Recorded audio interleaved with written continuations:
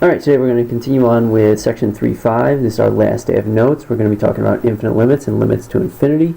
So yesterday we saw some stuff about infinite limits. Those are descriptive limits, and today we're also going to see limits to infinity.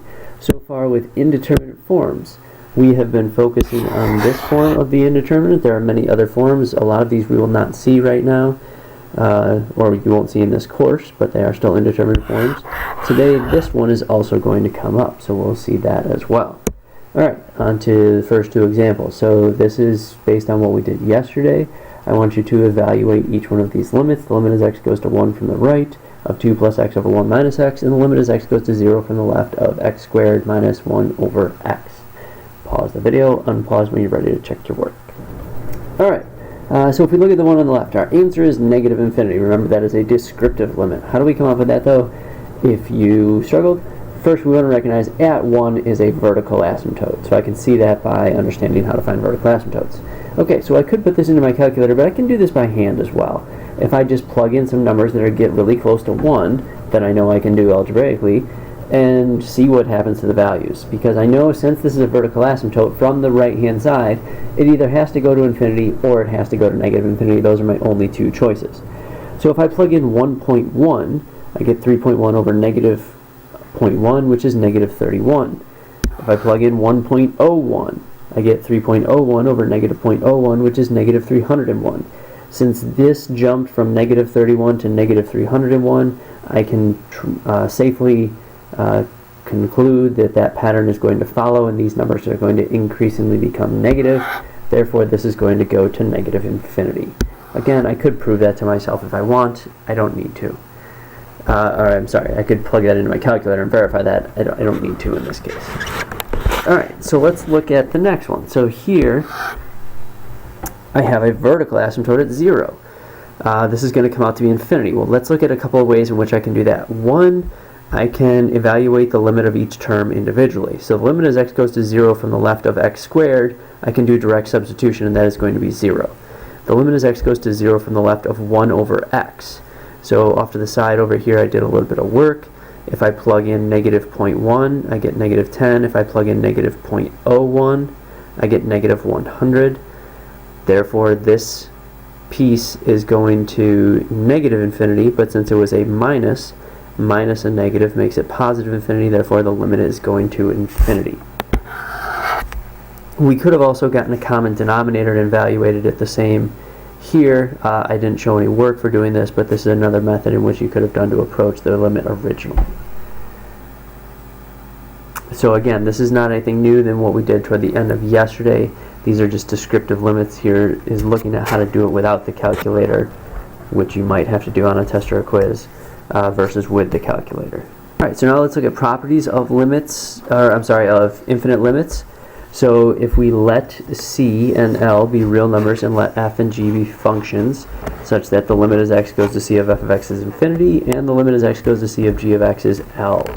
If we have a sum or difference, well, what is that saying? That's saying the limit as x goes to c of f of x plus or minus, because we're doing sum or difference, g of x is going to be infinity. So adding this constant is not going to change anything. That should make sense. Product. So the limit as x goes to c of f of x times g of x is going to equal infinity if L is greater than 0,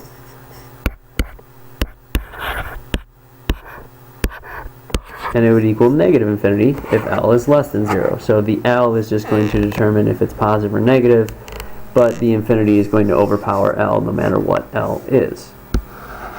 And then the last one is going to be the quotient. So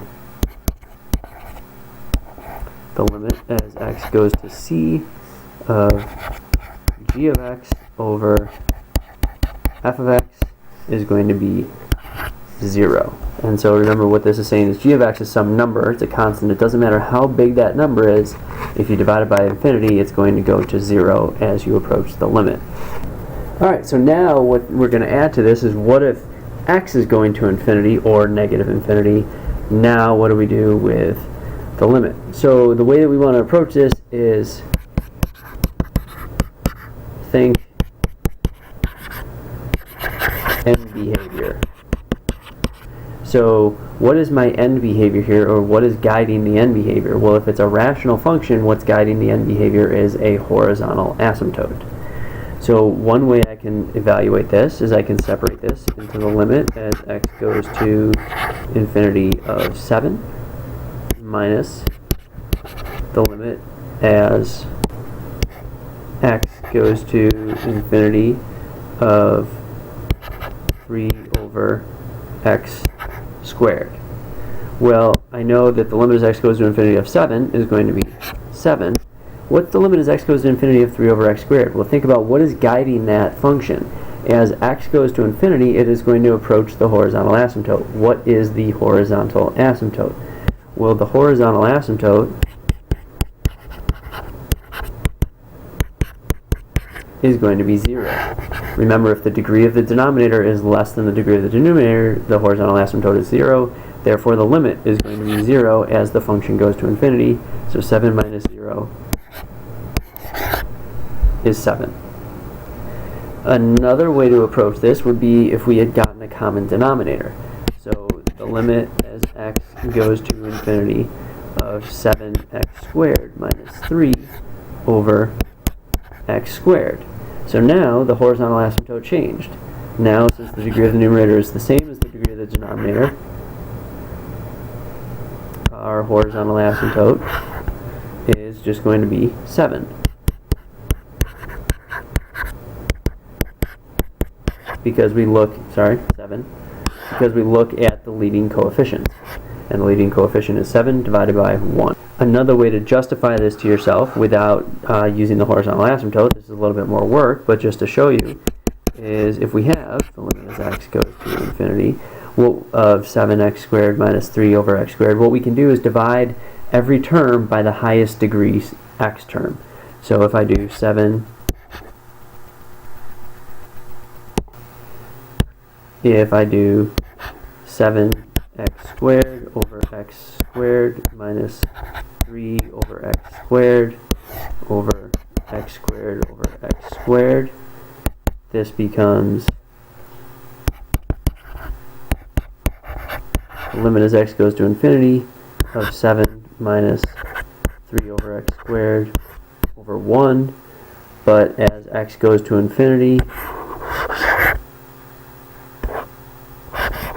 this becomes 0, so I'm left with just 7. So this is 3 different ways to approach the same problem.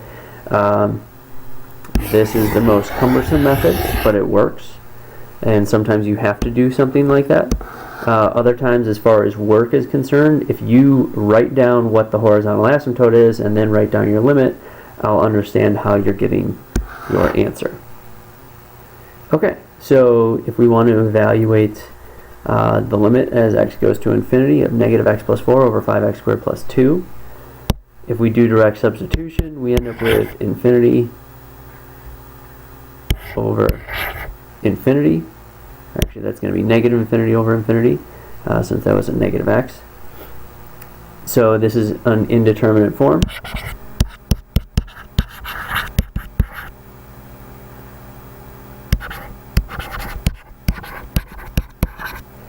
So now what can we do? We'll think about end behavior. What is the horizontal asymptote here? The degree of the numerator is less than the degree of the denominator, so it's y equals 0. So the limit as x goes to infinity of negative x plus 4 over 5x squared plus 2 is 0. So I want you to evaluate the next 2 limits on your own. Pause the video, unpause when you're ready to check your work. Alright, so we can see here the limit as x goes to negative infinity of negative x squared plus 4 over 5x squared plus 2. The degree of the numerator and the denominator is the same. Therefore, I take the ratio of the leading coefficients, which is negative 1/5. So the limit as x goes to negative infinity is going to be negative 1/5 because it will approach the horizontal asymptote. We also could have done that by dividing by the highest degree term of the denominator, but that's just more work. However, I did show you that on this problem. So here, since the degree of the numerator is greater than the degree of the denominator, I know that's going to be an oblique asymptote. In this case, it's going to specifically be a slant asymptote. So I'm showing you two different methods to find the limit here. So first, I divided by the highest degree term in the denominator. So I divided everything by x squared. And then I get the limit as x goes to negative infinity of negative x over 5 plus 4 over x squared plus 2 over x squared. Sorry, I misspoke. The limit as x goes to negative infinity of negative x plus 4 over x squared over 5 plus 2 over x squared. Sorry about that. So if I plug in negative infinity, this term here is going to go to 0, this term here is going to go to 0, this term will become negative infinity, and then this becomes, or just stays 5. So the numerator becomes infinity over 5. Infinity over 5 is just infinity. Now, another way I could do this is figure out the oblique asymptote, and in this case I stopped as soon as I did the first division step. So remember, in this case we have to do long division. So 5x squared plus 2 and negative x cubed plus 0x squared plus 0x plus 4. Negative x cubed divided by 5x squared is negative 1/5 x. I stopped the division process there. I could continue on to actually find the oblique asymptote, but I don't care. All I care about is this, in this case, since it's a line, the slope of that line. If it has a negative slope, I know that the oblique asymptote is going to have this direction. So as it goes to negative infinity, in the x direction, the y values are going to positive infinity. Therefore, my function, as it goes to negative infinity, is going to follow that asymptote, and it is going to go to positive infinity. So I know my answer to the limit. Again, as far as how much work you need to show, you either need to show all of this, or show that you're finding the asymptote and that you understand the end behavior of the asymptote and that relates to the limit. Alright, next I want you to evaluate the limit as x goes to 1 from the left of x cubed minus 1 over x squared plus x plus 1, and the limit as x goes to 3 from the right of 6 minus x over the square root of x minus 3. So pause the video, evaluate both of these limits, and unpause when you're ready to check your work. Alright, so hopefully you didn't fall for my trick in the first one, that here we can just do direct substitution. Although it's a one-sided limit, if the function is constant at that point, the one-sided limit is going to be the same as the two-sided limit.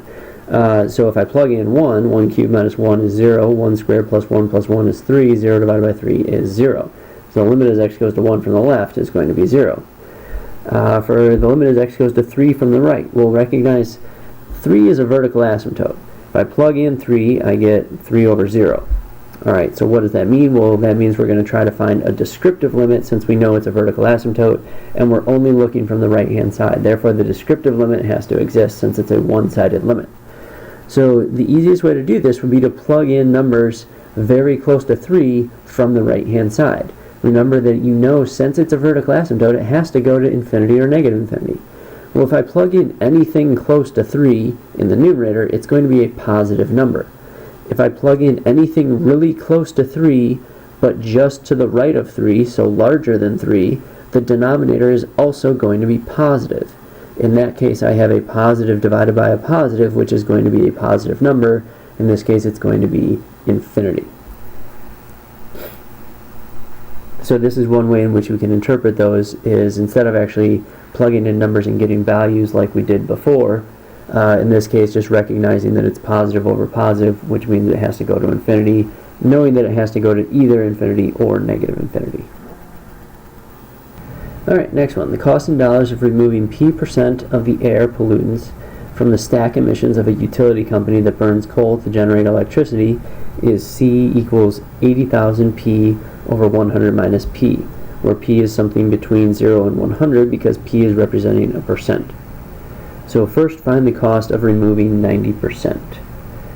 So what does that mean? Well, since P is a percent, we want to find the cost when P is 90. So we're going to plug that in. So So if I plug in 90 to the equation, I get $720,000. I'm going to stop this video here and we'll go on to part 2 and finish this problem.